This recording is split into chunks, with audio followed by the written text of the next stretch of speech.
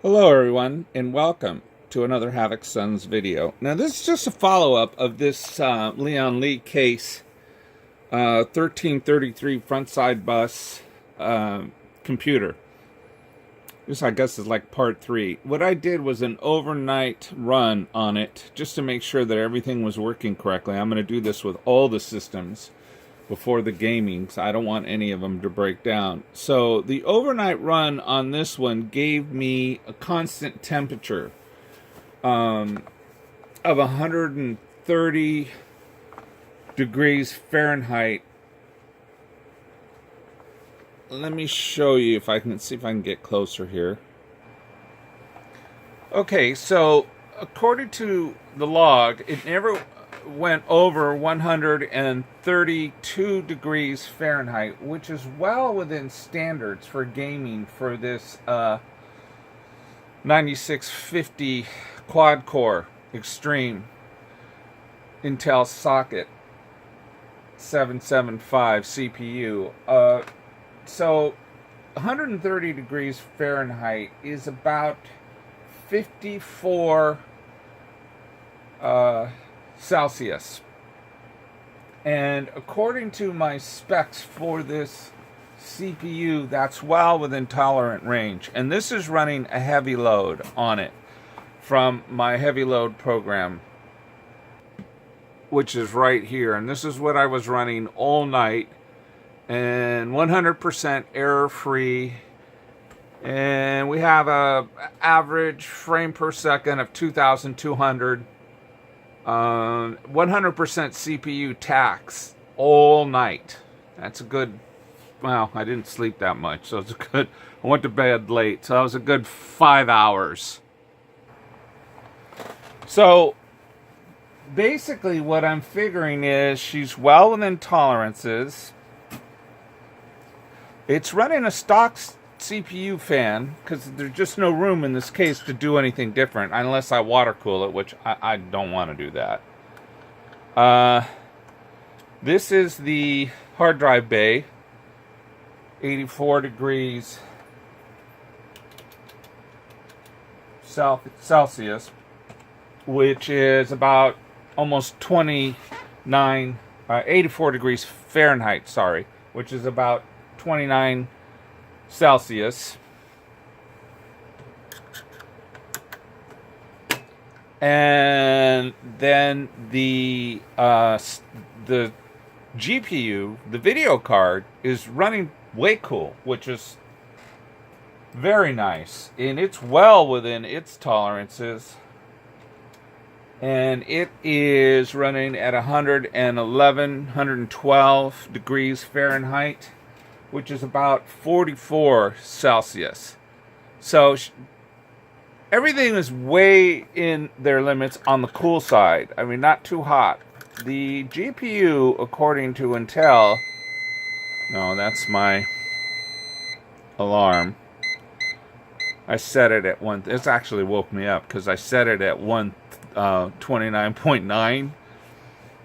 I could actually take it because the limit is 140, and I could take it to that limit if I wanted to. But I just wanted to keep a closer eye. I probably was a mistake setting it at 129.9 because it woke me up. I had to go shut off that alarm.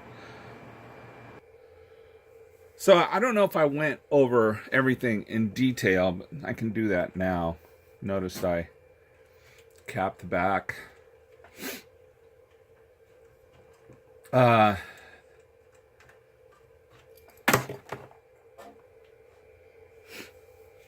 Okay, so again, this is the AMD HD 6990.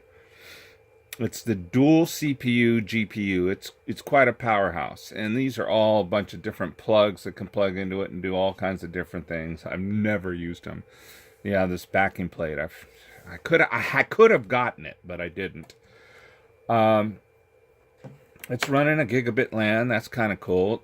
One downside is the best this board can do is 8 times this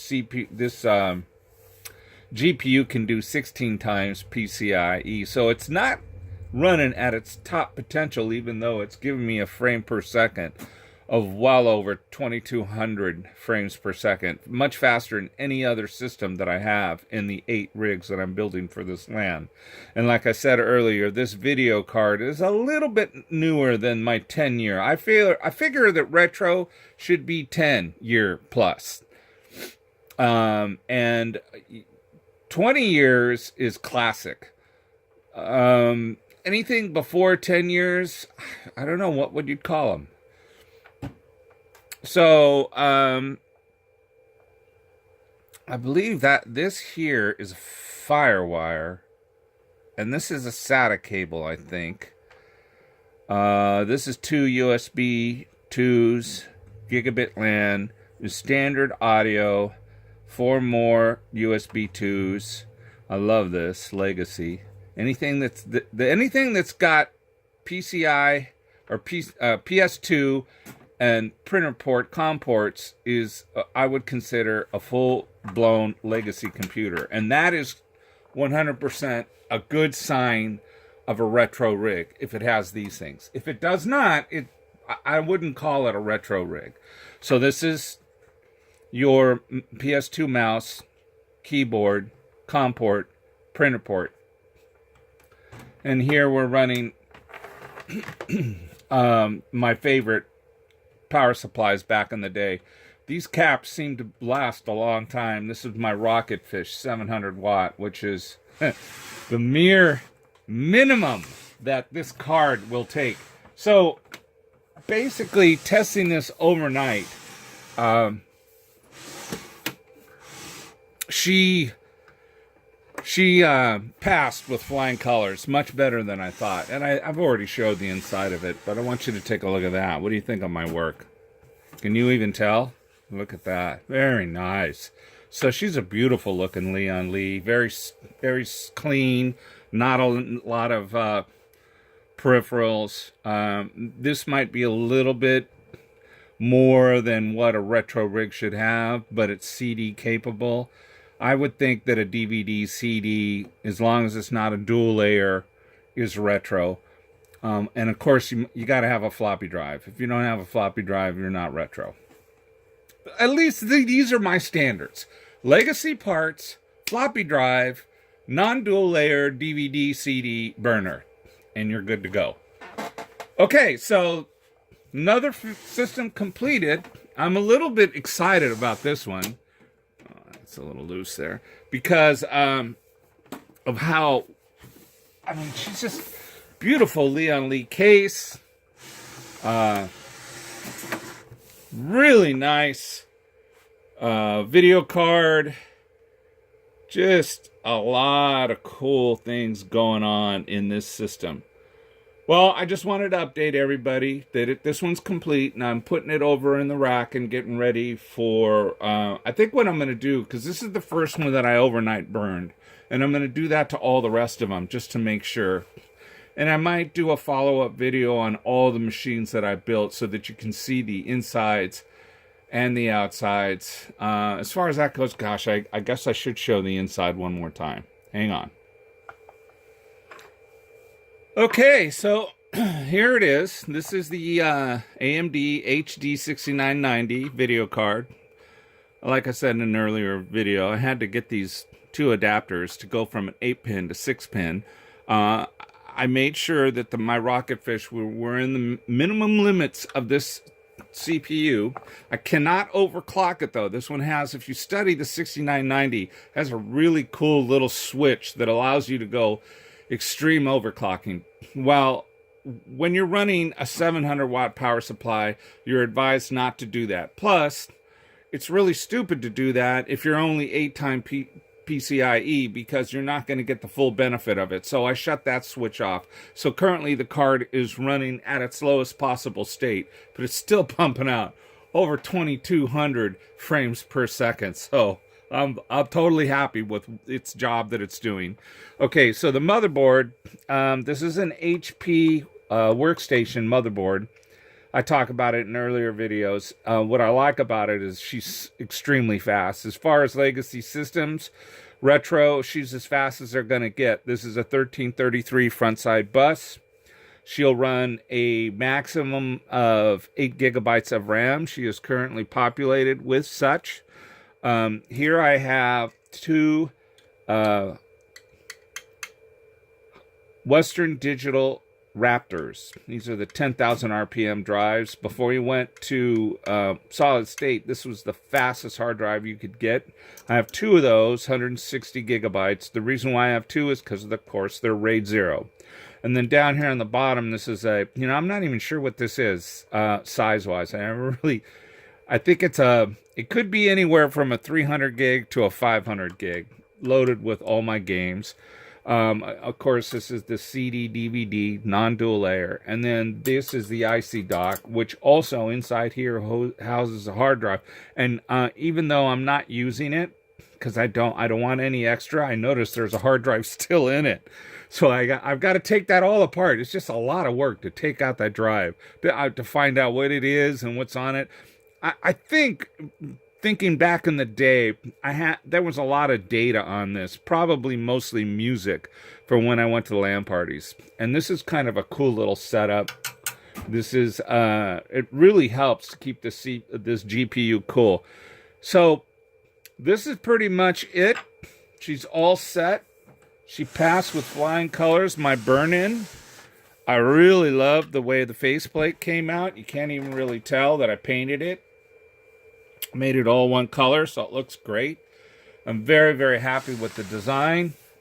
My Lian Li sleeper. She looks like a standard, regular computer, but really she is quite the rocket ship. Might be bending legacy rules a little bit because I don't know exactly. You know what? Let me see if I can find out. Hang on. Okay, after some research, I found out when it was released. It was released late October 2010. So most models were really hitting the showroom floor at around 2011, which would make this video card 7 years old and not what I would consider a retro GPU. But hey, oh well. I kind of like this. It'll run up to 4 monitors. That's kind of cool. I remember this. The retail price was for this card, and I had 4 of them. I have a picture somewhere. $699. Yeah, I know. Go figure. I know. I was crazy. I had a plan. I have a photo. Let me see if I can get that photo for you. Okay. I couldn't find the photo, but I found the poster that we printed. I know it's wrinkled in some corners, but you can clearly see on the right side, which right there, 1, 2, 3, 4 of those 6990s, which is basically this box right here, Radeon 6990. Now, we ended up not using that case because we couldn't fit anything in it, everything that I had in it. But the motherboard that ran it was the Asus Rampage 3, the Black Edition. And I was told by Asus that it would, in fact, handle 4 video cards of that magnitude. And it did, in fact, do that. That G19 keyboard up in the top left, that was an awesome keyboard. And Windows 7 had just come out. And that is the CPU right up top there. Oh boy, you're not going to be able to get it. It's the i7 Extreme. We paid a lot for that. The system total was getting real close to about 10 grand. The video cards alone were $700 a piece times 4. And at the time, these parts weren't cheap. And we loaded it with I think the max that motherboard would take was 24 gigs of DDR3, and they were pipelined all the way out. So this is pretty much the 4 video cards that I had. One of them is now inside my Lian Li. So even though it's a generic name, Power Color, it was just another company that re-released the AMD Radeons. So, this is going to be my ultimate gamer. And you had a sneak peek at the final of one of my best built. I definitely have to say this is the fastest systems for my retro LAN. Everything in it is 100% quality retro certified parts based on my standards, except for the GPU, which came out early or late 2010 October. Didn't hit mainstream until early 2011, which would make it about, I don't know, depending on how you look at it, 8 to 7 years old, and I think retro is 10 plus. At least that's my thought process. Well, thank you for watching. You saw my 100% completed and tested, burnt in system. This is my top of the line of all the retro gaming systems I'm going to be using. I want you guys to have a great day today, but more important, have a better life. Do I sound a little more chipper? Because it's the morning. See, I need to film in the morning where I feel more excited and I'm more awake. I mean, this late night filming is just not working for me. Okay, you guys, great day, better life. See ya.